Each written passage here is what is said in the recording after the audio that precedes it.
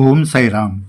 श्री साई बाबा ने समाधि के बाद भी अनेकों साई भक्तों को किसी न किसी रूप में आकर उनको संकट मुक्त किया है। बाबा को प्रकट होने के लिए कोई सीमा नहीं होती है। आप इस धरती पर कहीं भी रहो, वहाँ से आप बाबा को पुकारेंगे तो वो जरूर आएंगे। ऐसा ही एक ऋषिकेश के स्वामी संजयानंद जी का अनुभव आपको बताते हैं। ये अनुभव उन्होंने शिरडी संस्थान के मराठी भाषा के श्री साईलीला मासिक में 1979 में दिया था। वो उनके ही शब्द में आपको बताते हैं।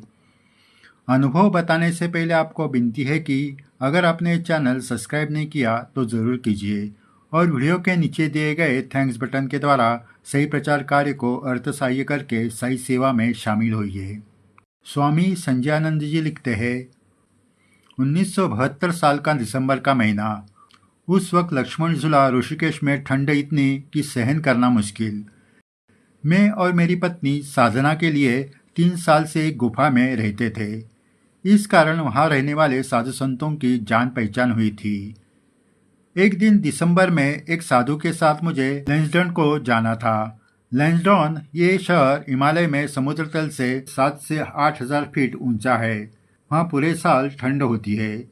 हमें सुबह जाकर शाम को आना था, क्योंकि मेरी पत्नी अकेले गुफा में रहने वाली थी। शाम तक आने के शर्त पर ही मैं उनके साथ जाने के लिए तैयार हुआ था।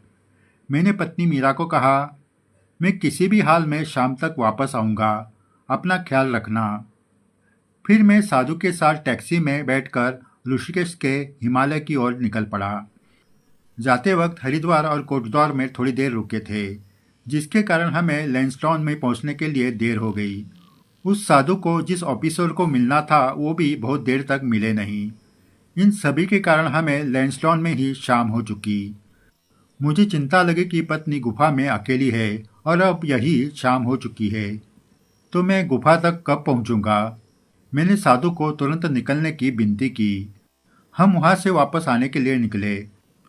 टैक्सी से ऋषिकेश पहुंच गए। ऋषिकेश में रामनगर में उस साधु के शिष्य का घर था। वहाँ वो उस शिष्य को मिलने के लिए चले गए। वहाँ और देर हो गई। अब अंधेरा छाने लगा था। साधु ने कहा, आज हम यहीं रुकेंगे और सुबह चले जाएंगे। ये सुनकर मैं निराश हुआ, क्योंकि पत्नी मेरी राह देखती होगी। शाम तो ढल चुकी थी, न जाने वो क्या सोचेगी और अकेले वो गुफा में कैसे रहेगी। इस विचार से मैं बेचैन हुआ। मैंने साधु से कहा और मैं अकेला ही वापस जाने लगा। घना कोहरा छाया था। ऐसे वक्त कोई टैक्सी भी जाने के लिए तैयार नहीं हुई। मैं पैदल ही जाने लगा। वहाँ से 4 मील दूर जंगल की घाटी पार करनी थी, लेकिन मैंने पत्नी के चिंता की वजह से किसी तरह 4 मील पैदल चलकर घाटी तक पहुँचा। तब तक रात हो चुकी थी। खून जम जाएगी इतनी ठंड थी। चारों ओर कोहरा।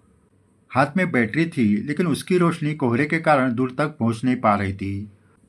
चारों ओर जंगलों में से अजीब अजीब आवाज़ आने लगी। जंगल की घाटी पार करने के लिए हिम्मत नहीं हो रही थी। मेरे पैर वहीं जम गए। अब नौबत ऐसी थी कि न मैं आगे जा सकता था और न पीछे। करूँ तो क्या करूँ ये समझ में नहीं आ रहा था। ऐसे वक्त मुझे श्री साई बाबा की याद आ गई। साधना काल में मुझे श्री साई बाबा के बहुत सारे अनुभव आए थे, इसलिए मुझे विश्वास हुआ कि ऐसे वक्त बाबा कुछ न कुछ रास्ता निकालेंगे। आगे और 4 मील चलकर जंगल पार करना था। मैं डर के मारे एक कदम भी आगे बढ़ा नहीं पा रहा था।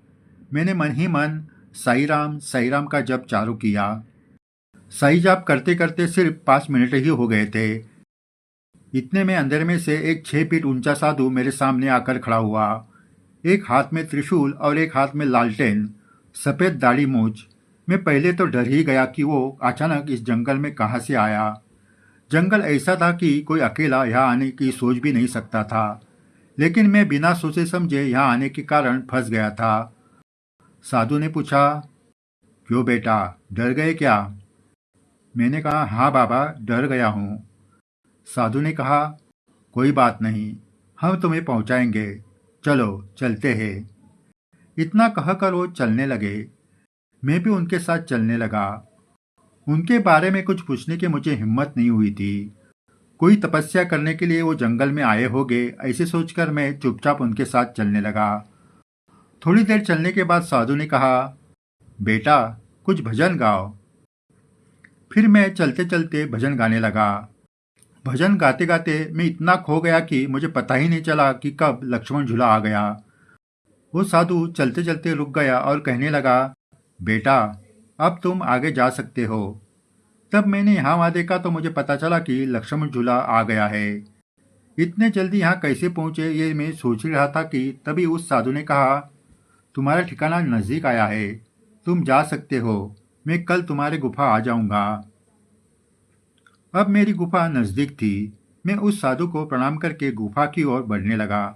थोड़ी देर चलने के बाद मेरे मन में आया कि उस साधु को कैसे मालूम हुआ कि मैं गुफा में रहता हूँ।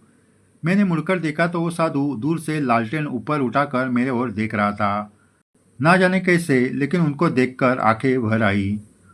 जब मैं गुफा के पास पहुंचा तो फिर एक बार मुड़कर देखा तो वो साधु नज़रों के सामने ही हवा में गायब हुआ। मेरे रोंगटे खड़े हुए। मैं तुरंत गुफा में गया और पत्नी को सारी बात बता दी। वो भी हैरान हुई। हमें विश्वास था कि वो सुबह हमें ज़रूर मिलने आएंगे। सुबह हम उठकर उस साधु की राह देखते रहे, लेकिन वो कभी वापस आए ही नहीं। कैसे आते? बाबा शिरडी छोड़कर आए थे। उन्हें वापस अपने भक्तों के लिए शिरडी जाना था। हम दोनों उस ओर देख रहे थे जहां वो साधु गायब हुए थे। हमारे दोनों की आंखों से आंसू की धारा लगी थी।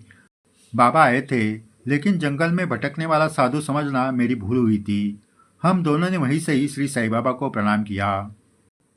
सही भक्तों, मैं समाधि के बाद भी भक्तों के पुकारने पर जरूर आऊँगा, ऐसे बाबा ने कहा था। उसके अनुभव आज भी भक्त ले रहे हैं। आगे भी ऐसे अद्भुत अनुभव आपको बताए जाएंगे।